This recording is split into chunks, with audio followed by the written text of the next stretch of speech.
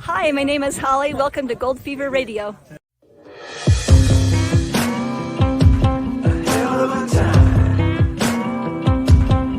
I go straight from the bank, gassing up the tank, cranking up the radio, playing old Hank, it ain't that long.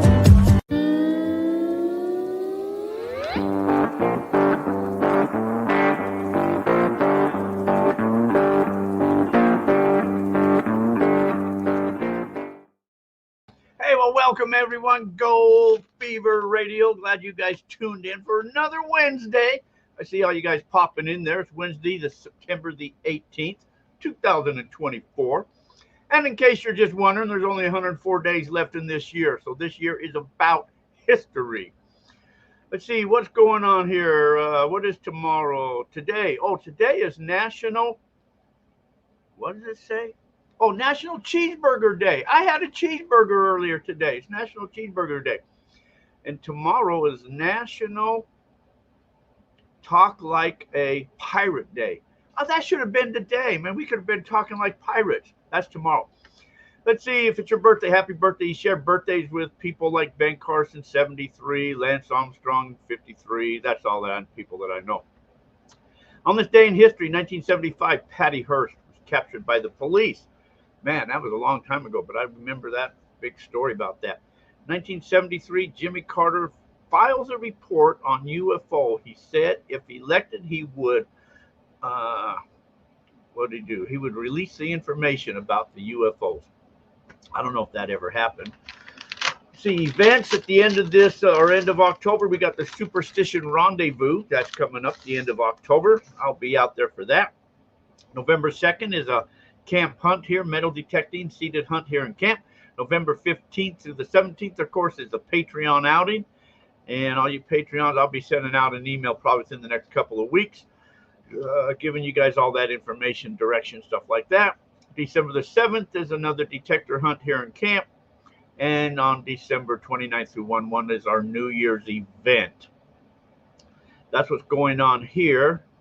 What else did I got going on here? Oh, gas prices. We'll check that. So anyways, I just got back. I was gone for a month, maybe just over a month. Just got back yesterday. I'm still unpacking. So I'm seeing what's in our chat room here. We do have a guest here hanging in the wings there, I see. Paul, hello. Paul, hello. Jay. Patty's Adventures, hello. Steve Collier, hello. Mark Nye. Hello, yes, I made it home. Oops. Disappeared on me.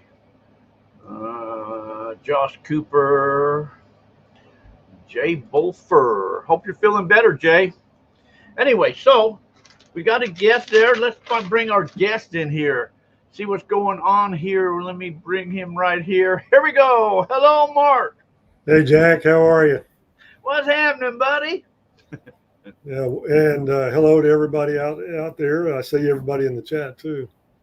Long time no here. If anybody's ever got any questions, just throw them up there if you guys want to know all about. Mark is world famous. He's been all over the world. He knows about everything. You guys can ask him any type of question. He knows everything, you know. And if he doesn't, he'll look in them encyclopedias behind him or something. But so why don't you introduce yourself, Mark? Tell everybody who you are and all that type of stuff. Thanks, Jack. Yeah, so I'm Marc Hoover.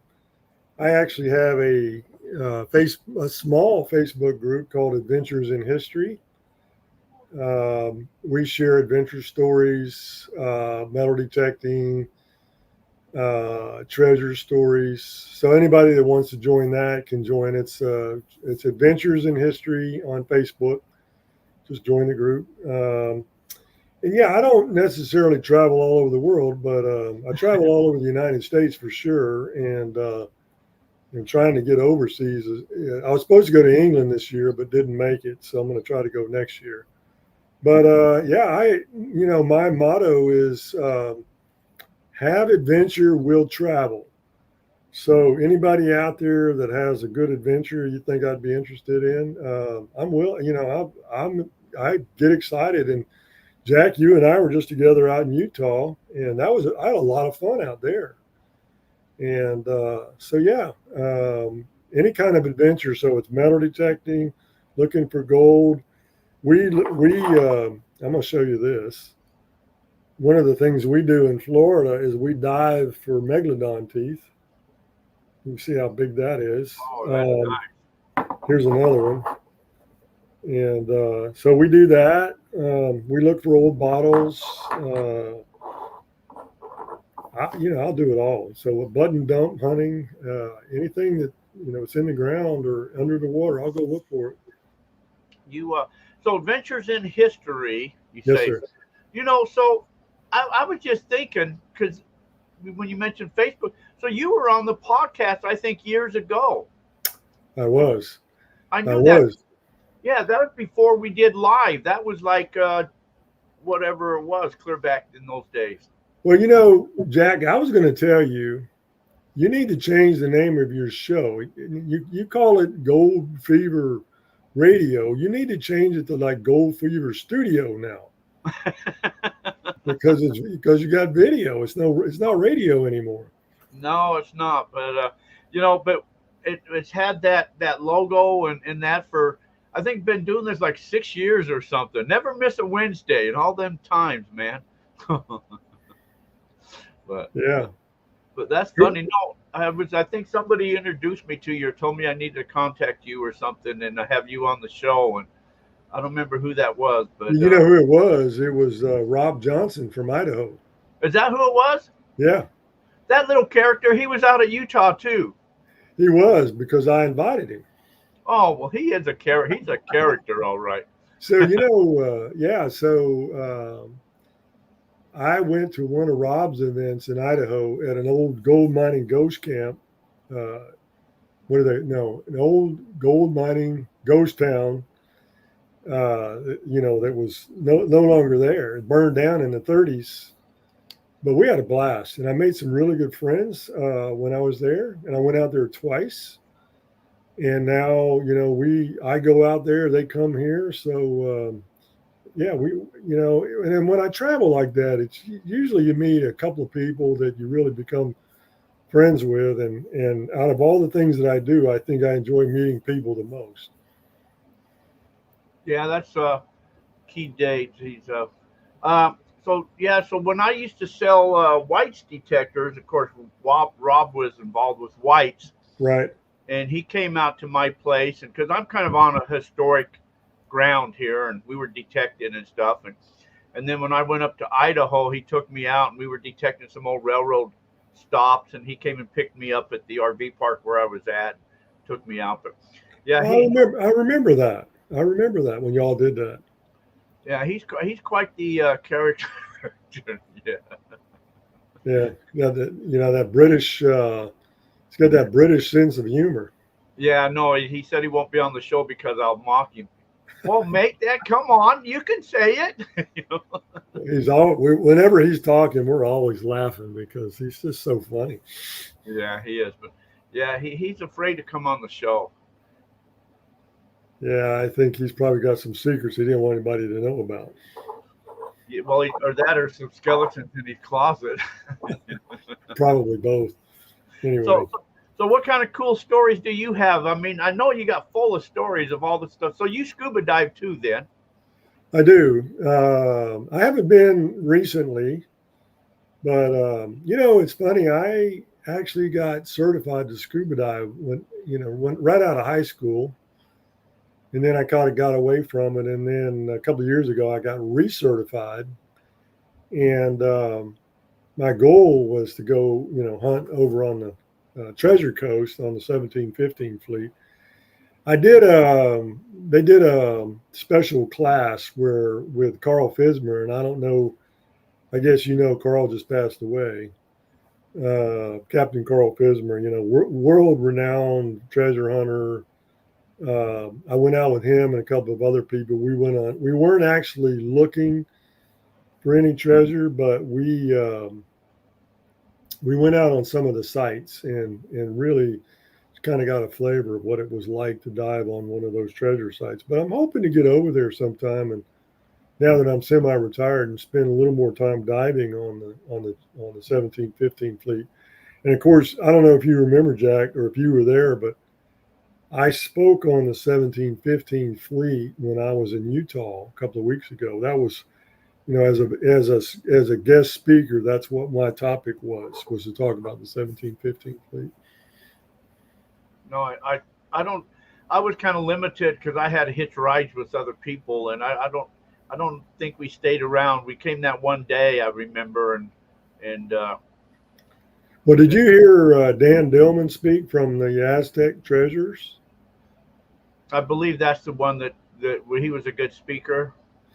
Well, that was Saturday night, and then he spoke, but he spoke for a long time. I think an hour and a half, 2 hours, and then I spoke after him. So anyway, yeah, but I was out there and just met some great people and heard some wild stories out there. I mean, there's some crazy stories out there in Utah. There is. So one of the guys that I stayed on his property, and he's been there his whole life, and he knows where he hears stories about where these gold bars were and where silver or where gold coins were buried. And so we were taking the cameras out there to try to get them flash, the aurora things with the flashes and with the Polaroid cameras. We were all over chasing down treasures, man, and stuff. But Yeah, well, and some of the other stories like the UFOs and then Bigfoot and oh people yeah. that had those experiences, those are quite interesting to say the least. Yeah, that I know that they did. The one guy talks a lot about Bigfoot. Talked to a lot with him afterwards about Kreider, Robert Kreider about. Oh yeah, Yeah, he was the one talking about the Bigfoots and that. But we were talking about the cameras, and I know have you ever heard that where you can take pictures of the Polaroid cameras and they give you these flares where treasures are at. no, I didn't hear that story. You haven't ever heard that? No. Uh, well, the old Polaroid cameras. Where's my books at here? The old Polaroid cameras. People used to say there was a mistake in the film because they always got these weird impressions. Well, they weren't really weird impressions. They were what they called auroras. And you can sometimes see them with your naked eye. There's been rumors like the old Indians, they would look up, the draws sometimes, and they would see these gas things and they thought they were ghosts or something. But it's actually from the minerals decaying in the ground that puts up these aurora type things. And the Polaroid cameras, for some reason, because of the way that they magnify the lights, or like now the lenses are behind, or ever how, I'm not sure how it works, but Polaroid cameras will pick them up. So there's this book out, and this is kind of showing you there's a treasure right here, and this is this aurora thing coming up. You know what? I had never seen that before, but I'd love to test that theory out sometime to see. Hey, by the way, I want to give a shout out. I see Marla Lee in the chat. Marla and Herbie are good friends of mine. We go to a lot of the hunts together. We're going to see each other in 3 weeks in Arkansas. It's called Treasure Fest 7 in Murfreesboro, Arkansas, at a Kadoha Indian village. And it's one of the most amazing events that you can go to during the year. So they're coming over from Texas. I'm coming up from Florida, and there's going to be 300 people there. But Jack, they put out a token. There's going to be 2 tokens. Each one of those tokens is going to be worth $2,500. Wow. And then they put out silver and gold. And I think last year they had like 4,000 tokens out there. I would love to attend some of these hunts and that. Yeah, you need to come out. Where's that one at? That one's in Murfreesboro, Arkansas. In Arkansas. It's about 2 hours east of Little Rock. And what's cool about it is when you go there, 2 miles. So you go there, and the hunt is on Saturday and Sunday. But and they've got fields set up and all that. But 2 miles from there is called Crater of Diamonds State Park. Oh, It's the only state park in America where you can actually pay $10 and you can go in and look for diamonds all day long. And I they have want. it. Go ahead. No, I was gonna say I want to do that one day too. So, what happens is a lot of people come to this event and they'll come in like on a Wednesday or a Thursday, and then they'll hunt for diamonds on Friday, all day Friday, and then they'll do the seated hunt on Saturday and Sunday. But all the manufacturers support it. I'm actually going to be a sponsor this year, so we'll be there. My wife's going up with me, and yeah, we're looking forward to that. Those are a lot of fun, and like I said, Marla and Herbie will be there. A lot of other folks that we've met along the way. Yeah, my thing is being here in this campground. I'm kind of married to this place, and it's hard for me to get away. Uh, One day I'd like that to change, but kind of until then, I'm kind of stranded.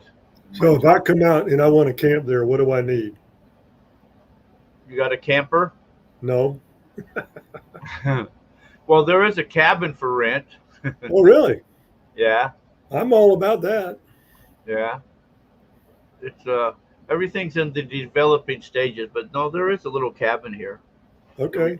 that we rent out. People dry camp. They pitch tents sometimes. All right. There's clubhouses with bathrooms and showers and all that type of stuff. Well, what I could do is I could fly out there and then rent a camper and come over. Oh yeah, you could. Uh, yeah, I'm kind of in between. Well, I'm about 3.5 hours from Vegas and probably about 2 hours from Phoenix. Okay. So fly into Phoenix and then drive over. Yeah, when get one of them rent a bagels and yeah, Either and then that or I'll just rent your cabin, whatever. yeah, there you go. But then yeah, we'll go out there to some of the claims and look for some gold. So I got a story for you. Okay. I'm always talking about adventure. So last year, my wife and I went on a cruise to Panama. She always wanted to go through the Panama Canal, and we had never done that before. So we did the cruise. We went to the Panama Canal, but one of the excursions was you could go meet the native Imbera tribe inside Panama. And I thought, that would be really cool, like to actually go into the jungle and meet, these people, because I don't want to do all the other stuff. But anyway, so we sign up for it, and it's like a 2-hour bus drive. And then you get into these canoes, and then you got to go like a half an hour down the river, down in a canoe. You're in the middle of nowhere. So if anything happens, you're out of luck. Anyway, we got there and we pulled up, and the tribe was there, and they were all playing these instruments. I thought it was the coolest thing, being out there in the middle of nowhere. And so we got there, and they had this big hut set up, and inside the hut, they had around the edges of the hut, the people had their native made wares that they were selling, baskets, carvings, all kinds of really cool stuff. And so in the middle of it, there was one, I don't know what you call it, but it was like one of those booths in the middle, whereas all the rest of them were around it. So we just kind of migrated to the one in the middle. Well, what I didn't know at the time was the guy in the middle, and he was a young man. He had his wife there, and his wife had her baby with her. He was the chief. He was the son of the chief of the tribe. Now that makes sense because he's in the middle. Everybody else is on the outside. So they don't speak English. They speak a little bit of Spanish. I speak a little bit of Spanish. And so it's not very easy to communicate unless you got a translator. So we're looking at his stuff. Now, of course, the thing that caught my eye, he was wearing this beautiful jewelry necklace that they make. It was handmade. And I noticed that all of the men had one and only the men had them, but each one of the men was wearing them. And so, you know, we're looking and buying stuff and everything. And so I asked him, and I got a translator, and I asked him, I said, so how can I buy one of those? And he kind of stopped, you know, like I guess I caught him off guard, and he kind of stopped and was like, oh, you know, my father made this for me. Well, look, you know, if his father made it for him, his father's the chief of the tribe. He's not about to sell that to anybody. You know, that's a prized possession. But he stood there and he said, it was like, wait, you know, wait, I'll come back. Like, and so he left and he came back about 20 minutes later and he said, follow me, follow me, follow me. So I grabbed my wife. So I said, hey, let's go, let's go. So we left and we followed him down this trail and we got to this hut. And it's his house. And when I say a hut, I mean it's like it's on stilts. It's got a thatched roof. It's got a little bit of aluminum for the roof. And we had brought my wife makes the best world-class strawberry jam that you'd ever could want. We brought a jar, and I gave it to his wife, you know, and so he said, hold, wait, hold, and he left. And he came back about 5 minutes later, and he had one of those necklaces, and he was going to sell it to me. So I bought it from him, and then I realized I was wearing a Spanish 2 real. So I asked my wife to take it off, and she took it off, and I showed it to him, and he was studying, and of course it's Spanish, and they know a little bit of Spanish. Trying to remember, it's like 1881 or something like that, 2 real.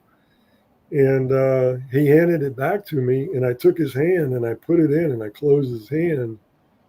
I said, this is yours. So I gave that to him.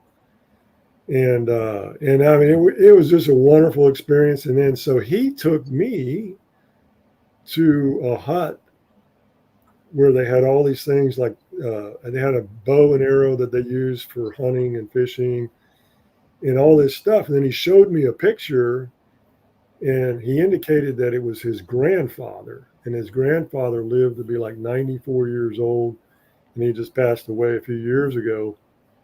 And then he showed me another picture of a man in a military uniform, not a military, but sort of like an Air Force uniform, but a lot more like a flight suit, talking to his grandfather. And his grandfather had a suit on. I'm like, wow, you know, this must have been a really big deal. And he goes, you know who that is? And he kind of indicated like who the man. It was Neil Armstrong. Neil Armstrong had gone to Panama City to present his grandfather some kind of an award. And so it was a really cool thing to spend that time with him. And so when I say, you know, going on an adventure, to me, that's an adventure. You know, you're going in the middle of the jungle. You don't know who you're going to meet. You know, you got to be prepared because nobody else brought anything to give to the tribe. And of course, you're paying to go on this thing. But so they fed us, and you know, it was all really well done. But yeah, so I look forward to going back. I've got his name, and I've got the necklace and everything. And I'll bet you that if we went back, I will bet you that 2 real will be in the center of that necklace next time we go back. Well, that's pretty cool. I think adventure is every time I go across the street to get mail. I think that's an adventure. My dog says the same thing. Yeah, if I make it back or not, you know. Let's see, Trippin' Tommy. Yes, we got to get out to Gold Mountain. Trippin' Tommy, Daryl Lane. Hello, Janon. Hello, just Bent Technologies. Hello, but anytime I go out, I say I'm going on another adventure because to me, life is about an adventure, and everything you do is all about adventures. You know, whether you're going out metal detecting or going out exploring, and I'm all about documentations and just, you know, it's always an adventure. Well, and you know, and I agree with you 100%. And the thing is like I like to take my grandkids with me if I can, because I want to instill in my grandkids a sense of adventure, wonderment. Doesn't matter what it is, you know, if you're walking in the river or you're fishing or you're whatever you're doing. I want them to have a wonderful sense of history. I want them to appreciate history. I want them to appreciate, you know, what we have outdoors. Um, and I think that's happening. All of my grandkids metal detect. I got four grandkids. They all metal detect. They all love going. They all like fishing. So yeah, it's a lot of fun. And it's also memories for them to look back on too, of stuff that they got to do and their experiences and stuff like that too. That's true. So I need to play a commercial. Can you hold on a second? We'll I take a break, and I'll play a couple commercials here if you got to run away for a moment or something, and then okay, we'll be right back, folks. Hold on. ICMJ, the International California Mining Journal, was first published in 1931, 93 years old this year. Since our first issue, our goal has remained the same, and that is to provide miners with a voice, a marketplace for their goods and services, and to offer expert advice and tips from our knowledgeable writers, miners, geologists, all in the field. We still offer our 12 and 24-month print subscriptions, but keeping up with the times and with our reader requests, the digital online subscription option allows for a simple and gorgeous reading experience using your preferred technology, your phone, your tablet, or computer. Sign up for our print, online, or both print and online at www.icmj.com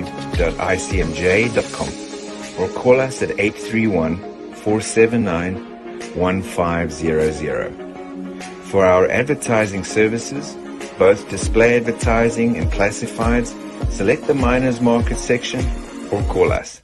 Happy prospecting. Gold Fever Adventures Campground will once again have their annual New Year's Eve event starting December 29th to January 1st.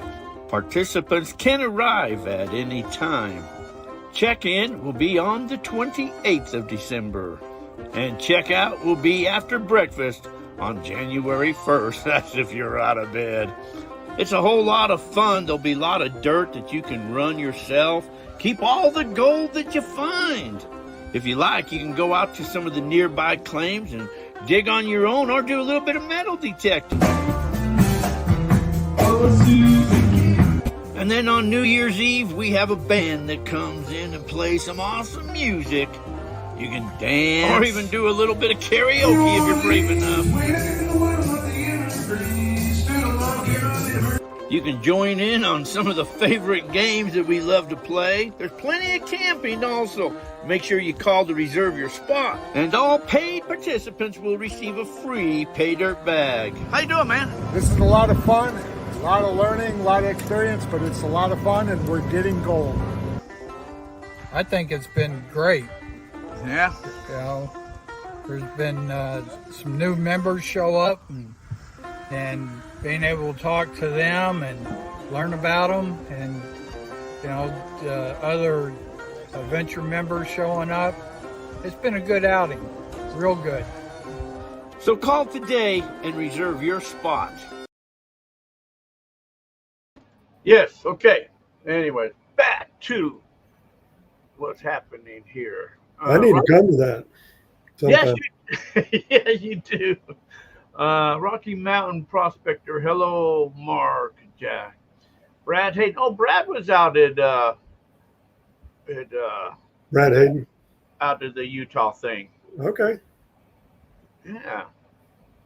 Yeah, that was a good event. I really enjoyed that. I used to go to Southern Utah all the time. Now, that was my first time in Northern Utah. Yeah. Somebody said, where am I at? I am out in a town called Vicksburg, Arizona, which is actually Salome, Arizona. Like the town is Vicksburg, but Vicksburg don't have a post office, so the post office is Salome. So address is Salome. When you say Salome, how do you spell that? Salome. Salome, Arizona. Salome, Arizona. Cool. There's a lot of history on. So this place here used to be a Christian camp. It's about 24 acres, and they kind of destroyed the place. You know, I guess the minister died, and so they all went off the wagon and just kind of just destroyed. Tweakers moved in, destroyed this place. So we end up purchasing it. Had a lot of cleanup to do. Zone changed it into an RV park and put in a bunch of RV hookups and stuff like that. And they had a church. Their church is what we call now is our clubhouse, is where the church is at. But so there's a lot of history. The original church is still there? Yeah. So you use that for your clubhouse? Right. That was built in like the early 90s. But so it was so the church has like the guys were on one side and the girls were on the other side of the dorm. They were dormitories. Oh, okay. And now one side is just all of my stuff, and the other side is where the pool tables and TV and stuff like that, the clubhouse is at. But then, so then there's service stations that were out front in the 30s and 40s, 30s and 40s. So we have found a lot of like tax tokens, silvers, things like that they've lost on the road right there in the front. The old gas tags that they used to have, the numbers going up in the middle of the cylinders of the gas tank or gas cans, 0 through whatever, they tell you how much gallons you're using. Oh, that's cool. So anyways, we found them, old bullets and stuff, some 3-ringers, and it was homesteaded in the 1800s, 18 something. So there's some history on this place too. Is the Key Date Kid in the chat? Is that Casey Dittman? I saw him, Key Date Kid. Is that Casey? Is that you, Casey? Oh, he says that. Oh, I did. I showed the video, one of the last videos I showed about the aurora things. We were trying to take pictures of the flares, and we did capture a flare. If I had them pictures, I'd show you what the flares look like from the Polaroid cameras, but I don't have that. All right, so that is Casey. Casey had, he was there at the gathering. Oh, I didn't know that. And he had the Excalibur shovels. So Casey lives in near Salt Lake, and he came over, and his mom and dad were there, and they were selling the Excalibur. And then Casey took Gary Pinta and I out, and we went over to Wyoming to do some metal detecting. What? What'd you find? Well, we were only there a couple of hours. I didn't find anything worth of note. I found a lot of tin cans and things like that. But I think Casey found, after we left, I think Casey actually found some tokens. Oh, it's funny that even here we found, the Utah tax tokens, Colorado tax tokens. But so when I was there staying, the guy that knows everything took, he said about 10 years ago, he ran across this old CC camp, and he wasn't sure if we could find it or not, but it was quite the hike back. But we finally found it, and I metal detected it, and I found I found 2 Utah tax tokens. I found a silver dime, and I found this like Eagle Army pendant. I don't know what it was really, but never could identify what it was. But when you're digging, now I don't know about Arizona, but like a lot of those places out there, they're so rocky that you don't really have to dig very much. They're what kind of on the surface? We're out here or out there? Well, first of all, where you're at, how rocky is it? You have to really. Is it mostly on the surface, or you got to dig down to find? Oh, you got to dig down. A lot of the gold that we have found out here might be anywhere from a couple inches down, maybe 12 inches, depending on your detector. It could be down deeper. But, yeah. So Casey said that he found the confectionery tokens, good for 1 treat, billiard hall, good for 10 cents in trade. So he found some really cool tokens out there. And the thing is like you drive by on a road and you don't see anything. There's nothing there, but you get out and you start looking around, and there was a town there. There was a school there, and there's broken glass. There's wood. I mean, it was clearly a town there, but if you just drove by, you would never know it unless you get out and start looking. Well, see, and I love as I traveled through. Well, when I left Utah and I went into let's see, so I'd go into Colorado, I guess, when I left Utah there, and I stopped in. I saw this looked like an old cafe, I guess it used to be, that was closed down. And so I had a metal detect that parking lot. I don't remember what I found. And then later on, I found this old school that said 1802 or something like that. So I'm always afraid to do a lot of that type of stuff when I come upon those, because somebody will come and tell me I'm on private property or run me off or call the sheriff on me. But so I had to stop and detect it for a while. So Marla wants to know what metal detector you use. Well, if I'm in Utah, I was using the Manticore, the MindLab Manticore, Right. and I have the 800, the 900. I used my favorite one was the 800 always, but I kind of started using that Manticore. If I'm hunting for gold, I have the 6000 and the Gold Monster. So yeah, I've got a gold monster. I haven't ever used it, but what do you think of that 6000? 6000, it's paid for itself for the gold I found with that. Really? Oh yeah. Wow. My Gold Monster has paid for itself with the gold I found with it too. I need to come out there and pay for my detectors then. Yeah. But we found this area, and anyway, there's a long story behind this. But we come across this one area, and oh my gosh, we pulled so much gold, pounds of gold off of this claim. I found one nugget that had 18 grams of gold in it. That paid for my Gold Monster. And in the 6000, so I got claims up by Lake Mead. That's in northern Arizona. I got some claims up there. And a week up there, I found over 75 nuggets. I bet you I found over 300 nuggets up there with that detector. That's why I say it's paid for itself. Wow. Now, like, how big is the biggest nugget, and like, what's the average size of a nugget? Well, most of them are like up there are like these. Okay. You know. Yeah, with the price of gold going up, those are becoming worth a lot of money now. Oh yeah, they're got an attachment to course, but I don't keep. We do what we call a prize wheel once a month. I kind of do, where I put a bunch of prizes on the wheel, dirt bags or different stuff. So these are on the wheel. I don't keep my gold. I don't keep it. Gold to me is just a commodity. Yeah. Hey, Marla said I need to get a camper. I need to pick Marla and Herbie up. Me and Gail, all four of us, we'll just come out there and see y'all. Oh, okay. Now I see what's happening. I was thinking you're reading stuff, and I'm thinking, how come you keep seeing this stuff?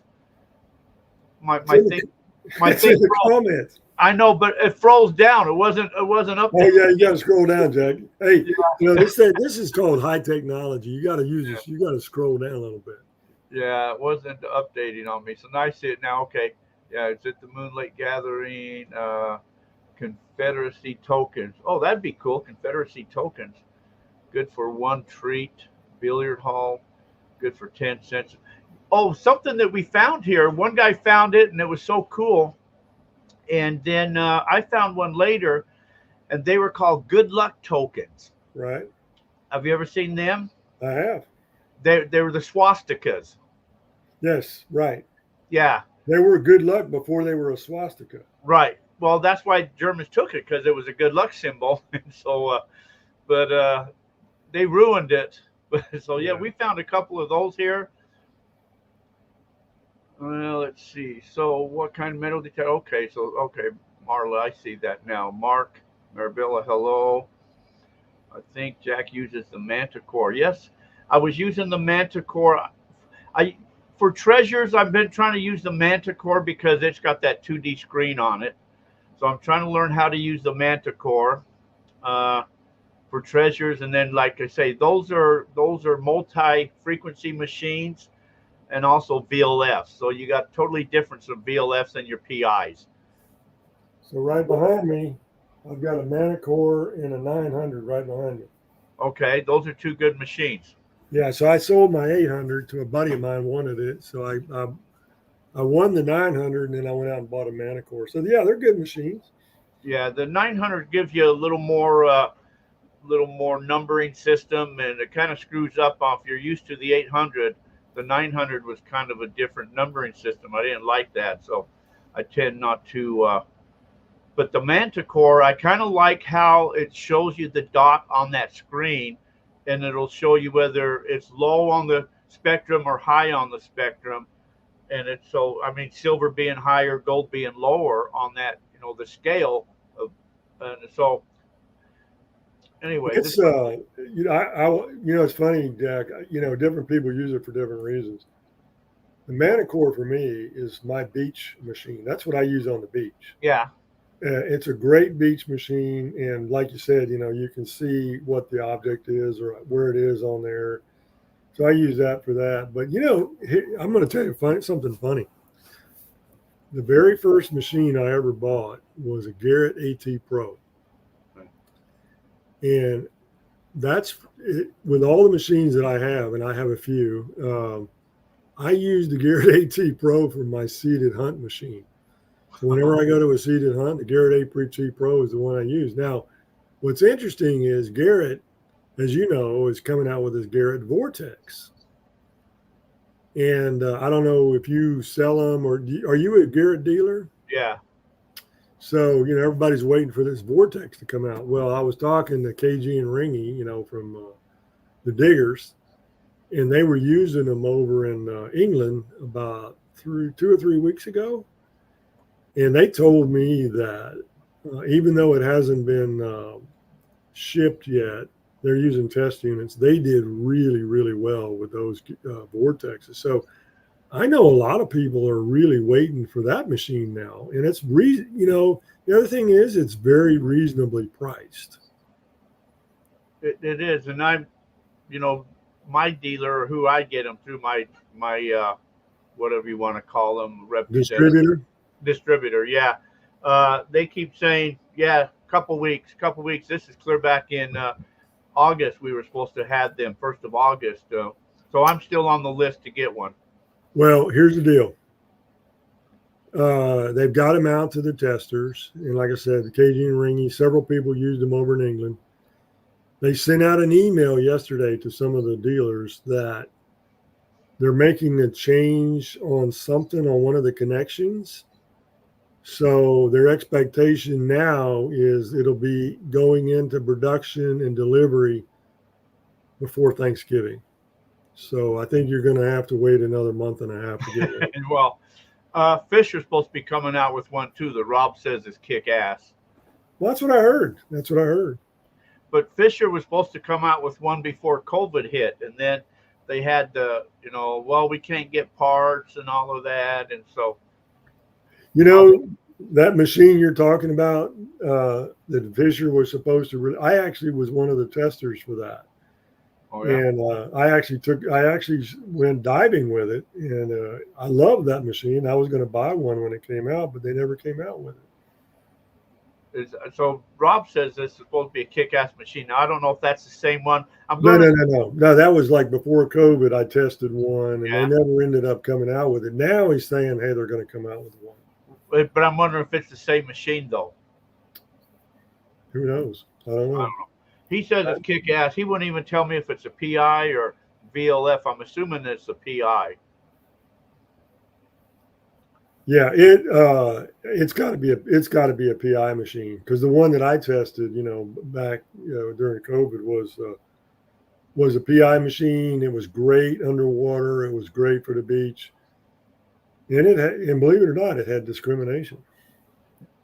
Yeah. What does Marla say? Mark, get a camper and drive to Texas and pick us up. We can. We'll our way to see Jack. There you go. Greg Carter, hello. No, Mark, the Garretts haven't came in yet, but as soon as they do, I'll be the first one to test that when I get one, and then you guys can all be on the list. It's funny that so I use a lot of mind labs, and I hate Mind Lab. I really do. I hate Mind Lab. They suck. No, everybody knows that. The reason I say I hate Mind Lab, they won't give me a dealership. Mind Lab Really? won't. And there's a long story behind it, but because the head company said, yeah, we want to have you on, but then somebody else says no. So there's big controversy. But so I do the Fishers and the Garretts and the Noctas, and I sell every other detector, but no Mind Labs. But you can get Mind Lab from American Distributor. From my distributor in Texas. Oh, yeah, that's American Distributor. Is that who it is? Did I get them through? Maybe. Yeah.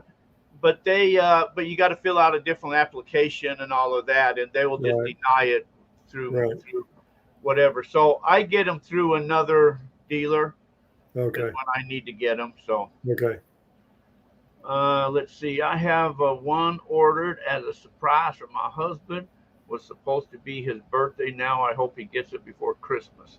Well, you heard maybe he'll get it before Thanksgiving. Marla, I think you'll get it for Christmas. I'm fairly confident, unless something else goes wrong in the testing process, I think you're going to get it before Christmas. Romy from Maine, Gold Prospecting. Hello. We ain't prejudiced where you come from. We hold nothing against that there. So you guys don't have, well, Florida is one of the states actually that you can do mining claims, but I know there's not a lot of gold out there in Florida. Not unless you're Spanish gold in the water where they sunk the ship. Yeah. It's funny that, so I always wanted to go scuba diving, and not so much to scuba dive, but scuba dive to go underwater to just metal detect, basically. Right. And so talking to people, and so finally I decided I'll go get certified. So I went in and got certified, and then, certification afterwards, they take out here in what they call Lake Havasu. And there's an airplane down there, there's a Jeep down there, and a bunch of stuff. So we go down there, and it's probably anywhere from 30 to 40 feet. 35 feet is all about it is. Right. We're going around testing this, looking at this stuff, and I'm thinking, I don't care what's down there. I don't want to see that stuff. I want to metal detect where the people's lost their stuff. And so I said, I just care about going down like 5 feet, 10 feet. He said, well, use a snorkel then. I said, but it'll get water in there, so I have to. Plus, I want all the fancy watches and all this cool stuff. Anyway, so I spent a lot of money, and I said, scuba, this ain't for me. So I got rid of it all. Jack, what you should have done is got one of those Nemos, Blue 3 Nemos. Yes, I was a dealer for them, but I never ordered one. That's what you should have gotten. Then you could go 10 feet. You could do all the stuff you're talking about. You don't have to worry about the scuba or anything. Anyway, you're not doing it anymore. But yeah, well, no, I would like to. I mean, that's exactly what I'll check in. I mean, I still got I had a hard time getting my certification because I kept having a problem with my mask flooding. And so after the first day, when we went back to the shop, and the guy at the shop said, so how'd he do? He said, well, he's a professional mask clearer. Well, here's the thing. Florida's really unusual. You talk about gold. No, I mean, really, we joke about it, but, Florida is kind of unique. We don't have the colonial history. We have some Civil War history. We have a little bit. We have Seminole Indian War sites, or I should say fort sites that were set up, and we had 3 Seminole Indian Wars, North, Middle, and South. So some people are finding artifacts from that. But what's interesting about Florida, first of all, Florida has a law that if you're not on private property, that you're not allowed, like let's say you're diving in a river or a lake. Legally, you're not allowed to take anything out older than 50 years old in a public waterway. Now, think about that for a second. If you find a 64 Roosevelt dime, you're not supposed to pick it up because it's, it's on public land. But So the laws in Florida are you're not supposed to pick it up if it's over 50 years old. Shark's teeth, you can pick up all the shark's teeth you want, as long as you're not in a federal land or like a state park or something. But you're in a river, you're in the ocean, whatever, you can pick up. Now, if you want to pick up a fossil, like a horse vertebrae or like a mastodon tooth or something, for $5 you can get a fossil license annually, and then you can go look for all the fossils you want. The thing is, though, you can pick up shark's teeth and fossils, but you cannot touch any Native American artifacts if they're on public land. If you do, it's a felony. Wow. So if you go like private land, and I have friends that have it set up where they pay the landowner, and you go and you dig all day long, pay about $100, dig whatever you find, points, any Native American stuff in that area, you can keep it, but you got to pay to do that. So yeah, you really need to find somebody with a private landowner who will let you do that. But very few of them will let you look for Native American stuff without paying them ahead of time. Huh. I heard a while back a couple of guys talking. They was telling me that every year they go down to Florida. I don't know when, but certain time they go down there and they pay for their trips just by hunting on the beach. Yeah, I don't know where they're at, but generally people are coming in. Two of the best times to come are November and February, because that's when a lot of the northeastern storms come through, even without a hurricane coming through.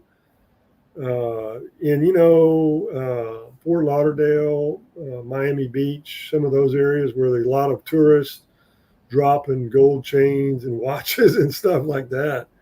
That's how people, find a lot of good stuff. But I don't know if you ever heard, part of what I was talking about when I was in Utah was I was sharing the story of the 1715 fleet, which was 11 galleons that sank off the coast of Florida, southeast coast of Florida. And that's why they call it the Treasure Coast. That was, it was 11 galleons that sank on July 31st, 1715. But the reason I did all that research was a friend of mine named Jim Tippett, goes by Jimmy Crossbones, was metal detecting down there around 2018 after two northeast storms had gone through. And we think probably 12 to 15 feet of sand were taken off about that time.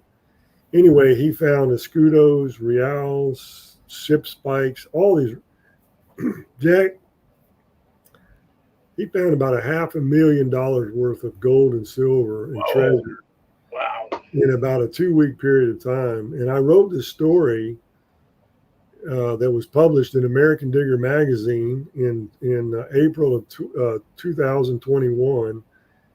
And it was a great story. And so that has kind of led into people asking me if I'll come out and share that story along with the history of the 1715 fleet. But when you're talking about, people say, well, can you really find treasure with a metal detector? That's the story, that's a 1 in a 10 lifetime, 100 lifetime story. But the reality is, yes, the answer is yes, you can find treasure with a metal detector. And Jim's story is a great example of that. He just happened to be in the right place at the right time. He was using a CTX 3030 on the beach and just made an amazing recovery of about 60 coins, silver and gold. So great story. Yeah, they say before you can find anything, you got to walk over it first or put your coral over it. And there are times you can go out days and not find anything. And then you kind of get discouraged. And then all of a sudden you find something, then you're happy. And so Steve says, hey, Mark, how many total tickets are sold for Treasure Fest? So they sell 300 tickets, I think. And I think the last I saw, I think there's like 17 or 19 tickets left. It's, it's coming up on October I want to say October 11th and 12th. So it's really coming up close, but they still have tickets available if anybody wants to go. So yeah, so you guys out there, so in Arizona, what I go hunt for, so I got claims like I said up by Lake Mead area, and you got what's called the Lost Basin area, which I go to find my gold nuggets. Right. Go to the other side of the mountain, and they got what's called Gold Basin. You can find nuggets too, but I also find meteorites. Really? Yeah, so there's two big ones, or two big ones. Now, Jack, I love the idea of finding meteorites, but can you give me an idea how much those meteorites are worth? Does anybody tell you how much they're worth? Well, I've seen websites where people these particular meteorites sell for about maybe $2.50 a gram. Well, how many grams are those meteorites? From what I remembered, they were probably somewhere around, I thought I had a scale here, like $250 maybe. Okay. Something like that. And then I found a lot of smaller ones, and the smaller ones I put them in the little Riker boxes and give them away or whatever I do with them. Oh, I got a scale right here. So that's what, because that's what people were saying they were buying them for on these websites, or they sell them for. So that's how I get my, different areas will have them differently. So this one here is 116 grams. So 116. Wow. 116 bucks. Whatever that comes to. 116 times 250. What is that? 116 times 250. $240. $240. Something like that.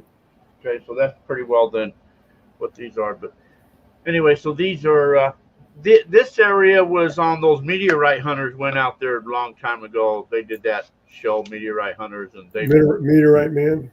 Yeah, they were finding these type of meteorites, but a lot of them are kind of small. So when I go over there, I'm just looking for meteorites. So I'm just swinging the detector. Because, you go over the meteorite, it's going to scream. Where you go for gold, you got to go super, super slow. You just barely got to move. So, Jack, has anybody ever told you what the first law of metal detecting is? Slow down? No, the first law is if you're not going to find anything good, make sure you look good not finding it. Make sure you look good not finding anything. Now, so you know what the second law is? No. Swing high and fast, take out the competition. Swing high and fast. So, yeah. So it depends on where I go to is what machine I like to use. All right. Yeah, I'm the same way. If I'm hunting gold, those seeded hunts, a lot of times you'll see me out there with that old Garrett AT Pro. And I mean, I know people that use that and they swear by the AT grit. See, Roland Saxon, what's he saying? Jack and all my other friends, long time no chat, been so busy. Yeah, been so busy. We're all so busy. Life is so busy. We don't even have time to. I don't even have time to put socks on anymore. So I'm so busy. So, Jack, do you know Cody Drake? Yes, I do. Has he ever been on your show? Yes, he has. He's been out to my campground and spoke because I got a gold prospecting club too. So he's been out here and spoke. Yeah, Cody and I, we communicated. I've never met him yet. I really want to come out there and see all you guys out there. He is a true treasure hunting. He's one of these people that loves to go in the desert and hang out for a couple of weeks and eat scorpions and stuff like that. He told me a story one time. Yeah, he went out. I don't know if I'll get this right, but he told me a story one time that because he's a survivalist, he was in the military and he'll go out and stay out 2 weeks, a month at a time. He said he told his girlfriend he was going to go out in the desert. He'd be back. He came back a month later. She was gone. He's got a new girlfriend now. Yeah, he does. But I used to send him pictures of big giants. If I saw a big scorpion, I'd say, "Man, here's a dinner for you here." And he eats those? I didn't hear that story. Oh yeah, that's what he lived on out in the desert, is scorpions. Yeah, I don't know if I could live very long with him out there. I'd be packing, like a big old pack with all the food in it and everything else. Yeah, that's how I'd be too. So one will carry the drinks and the other one will carry the food. We'll have it made. Yeah, exactly. Well, we'll ride in the 4x4 while he's walking around. Yeah, and then we're cooking up shish kebabs and steak while he's eating scorpions.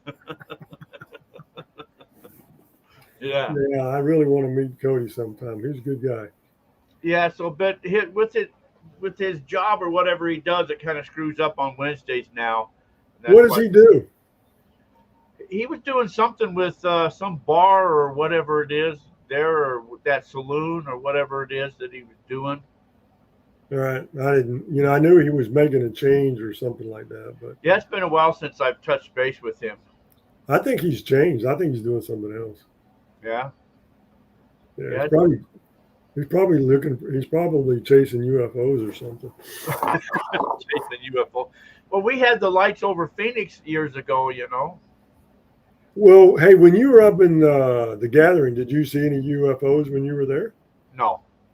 There were guys that when we got there that had gone out the night before. They went out to the ranch right next to Skinwalker Ranch, Yeah. and they said they saw UFO activity while they were there.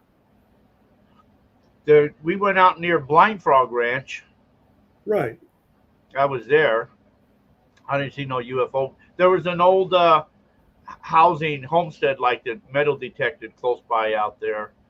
And some guy had a claim out there that he thought he found some uranium. And so we were out there trying to find it. I told him he's up in the night. My detector didn't pick nothing up. So By the way, how long does this show go? as long as wanted to. I charge overtime after an hour. Oh, okay, well then. Generally, there's no time frame, you know. But anytime over an hour or so, hey, then we're perfect then. Terry said that Cody is working for a railroad in California. Really? Huh. Okay. I need to reach out to him and talk, see what he's doing. Yeah. No, it's we just go until you say. I know you're on the East Coast, so you probably got to go eat dinner. I've already eaten, but yeah, it's just getting closer to bedtime. But I'm going to ask you a question, then I'll tell you another story. You ever heard of a button dump? Who? You ever heard of a button dump? A button dump? Yeah. Is that where they used to take what they call a rag dump, where they take all the clothes and burn them? Yeah, there's It's like that. Yeah, okay. It's like that. So, what's really interesting is my wife doesn't like metal detecting. But she likes digging for buttons. She likes digging for bottles. She likes looking for diamonds when we went to Crater of Diamonds. She likes, when we were in Alabama at the gold camp there, she found garnets. So anything where she can just sit down and dig, like Native American or whatever. So we were in Massachusetts. Now, here's a great story for you. So my wife, Gail, is a direct descendant of somebody who came over on the Mayflower. And, that goes back 400 years. And his last name was Howland, Howland, John Howland. John was almost washed overboard when they came over. But he lived, and he and his wife, Elizabeth Tilley, ended up becoming two of the oldest living survivors of the plantation. Most of them died the first year, and anyway, he lived into his 80s. They had 11 kids, but my wife is a 11th generation. She's the daughter of 11 generations of son. Her last name when I married her was Howland, so she had the same last name. So on the 400th anniversary of the very first Thanksgiving was 2021 during COVID. So I took her up there. We put our car on a train and took the auto train up to Virginia, and then we drove the rest of the way up to Massachusetts. And we had our Thanksgiving meal in Plymouth Plantation on the 400th anniversary of the first Thanksgiving. Now, I just kind of told you that story to set the stage for what happened next. So I have a friend up there named, you may know him, Leighton Harrington, who's been metal detecting up in that area for over 50 years and has one of the most amazing collections I've ever seen. And he said, "Hey, Mark, you guys want to go to a button dump?" And I said, "A button dump? What's a button dump?" And he said, "Well, I'll show you." So we get in his car. He said, "All you need is a pinpointer and one of those 3-prong like scrapers. That's all you need. You don't need a metal detector, just a pinpoint." So we get in his car. We go to this place, and he parks the car. We walk under like an interstate overpass, and we come out on the other side, and there's a hill, and there's bushes and trees, and then over this other side there's a river. And I said, "Where's the button dump?" "I don't see a button dump." And he said, "Well, you're looking at the button dump." I said, "What do you mean I'm looking at the button dump? I don't see anything." He said, "What do you see?" And I said, "I see a hill. And on the other side of the hill," he said, "I see a river." He goes, "That hill, that's the dump." So apparently what they did was they put the mill, the clothing mill on the river. And then what they would do is they would send the rag man around, and he would collect all the clothes in town. And they would bring the cotton and the wool back, and they'd cut all the buttons off, throw them out the window, and then they'd recycle all the material, all the thread. So over the years, over the decades, the buttons go down, and then dirt fills over, and then more buttons and more dirt. So the further down you go, or the older the buttons. So my wife sat in one hole, and I sat in the other hole all day long. And we were all bundled up because it was cold. It was November in Massachusetts. And we both got these amazing collections. And she's got a beautiful collection of buttons. I got they were made out of oyster shell. They're made out of metal. They're made out of wood. They're made out of everything you can possibly think, every shape. And probably the coolest one I had was, it was from a New Jersey, not a boarding school, but like a military institute. And I posted it, and somebody said, "Hey, Mark, do you know anything about that button?" And I said, "No." And they said, "Well, there's somebody really famous actually went to that school." And I said, "Really?" And they said, "Yeah." And they sent me a picture of a young man. He looked like he was like 10 or 11 years old, full like cadet uniform with the buttons all the way down. It was General Norman Schwarzkopf, went to that military institute. So anyway, so that was another one of our adventures that we just absolutely loved and had a great time. No, there's been guys on the show. They live up in northern New Jersey. Yeah. And they talk about the rag dumps where they went around and collected all their clothes, and then they made the pulp or whatever, how they did it, and then all the buttons and whatever was in their pockets got discarded. And you could find all that stuff in these rag dumps and stuff. And so, I actually found a couple of bullets, and the only thing I could think of is they were probably in the pockets. Guys carried their bullets around or whatever, and they just threw them out like with the buttons and everything else. And these were older bullets. So anyway, but that was a lot of fun. No, anytime you can go detect and find cool stuff is fun. Yeah. I've even detected here looking for gold, and I have pulled up like maybe a little metal button or an old army type medallion thing or something. And, to me, anything you find is cool. So. Yeah. And so I don't, the thing is, Jack, we were talking earlier about going on adventures, meeting people, and again, for me, the meeting, people is probably the best part about it for me. But somebody asked me one time, "You have a bucket?" I don't have a bucket list. I love whatever I find, but if there was one thing that I wanted to find, it would be, I would love to find, I was born in Texas. I would love to find at some time, and before I pass on or go over, I'd love to find an old badge somewhere, you know, an old sheriff's badge, old deputy badge, or whatever. Yeah, that would be my one bucket list item if I had a bucket list. Badge.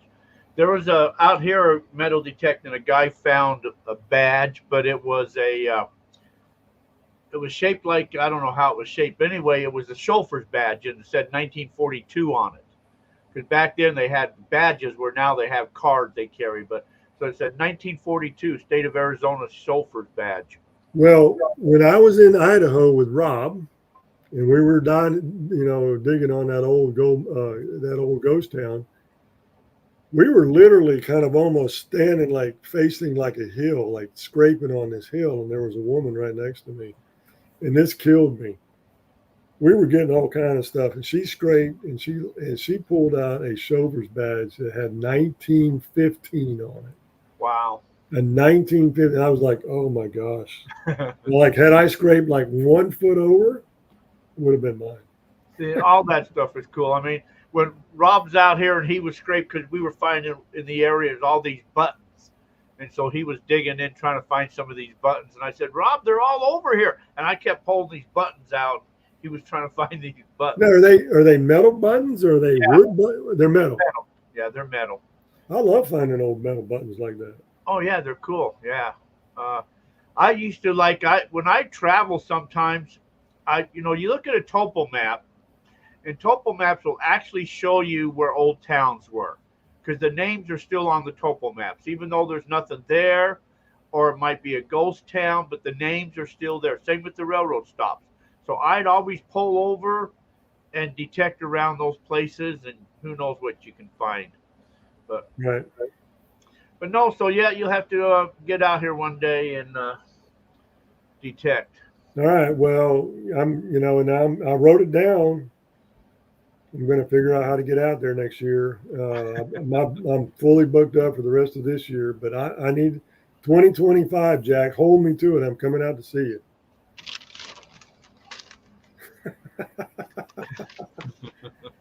Yeah, I need to get out to Arizona. Hey, all right, Mark. Hey, we appreciate you hanging with us, taking some time and sharing on all this stuff. And I'm sure our path. Hey, you know what I got coming? What? We can use this someplace. I have an underwater drone coming. Do you really? Yes. To look for some treasures. All right. So you got lakes where there's some treasures where we can go dive that sucker? Probably get eaten by an alligator. Yeah, no, that's why I wouldn't go to Florida, because I don't like alligators. Yeah, no, that's cool though. We ought to, once you get it, let me know. Love to check that out. Yeah, well, we can have some fun with all that. Mark says thanks. All right there, Mark. Hey, right. Appreciate you hanging with us, buddy. All right, thank you for having me on. I appreciate it. All right, take it easy, man. We'll talk to you later, Mark. All right, everybody. So anyways, thank you, Mark, for all of that type of stuff. So Roland says, what's the plan for this weekend, Jack? I don't have any plans, Roland. I'm just hanging out here, relaxing. Oh, Saturday, I'm going to do a live YouTube right here. It'll be live about 2 o'clock Arizona time. I'm going to run all my dredge tailings that I got, because I haven't cleaned that up yet. So I'm going to run my dredge tailings and then do a cleanup to see how that works out. So that'll be this Saturday at about 2 o'clock. Other than that, the wheel is up, the prize wheel, giving away stuff, silvers and gold and pay dirt bags, all of that. So check out the Facebook page, personal page there. That's my personal page on Facebook. That's Jack Tucker. That's the main one I post to anyways. And of course, YouTube channel right here where you are. Make sure you like, share, and subscribe. Anyways, I got to find my outros. But I want to thank all you guys. Yeah, Roland, come out and help. You can be part of it all. 2 o'clock Saturday. Be here, be square. So anyways, you guys all take care. Appreciate each and every one of you. You guys all have a fantastic day, fantastic week. And until our paths cross again, thanks for watching, everybody. Take care. See y'all next week.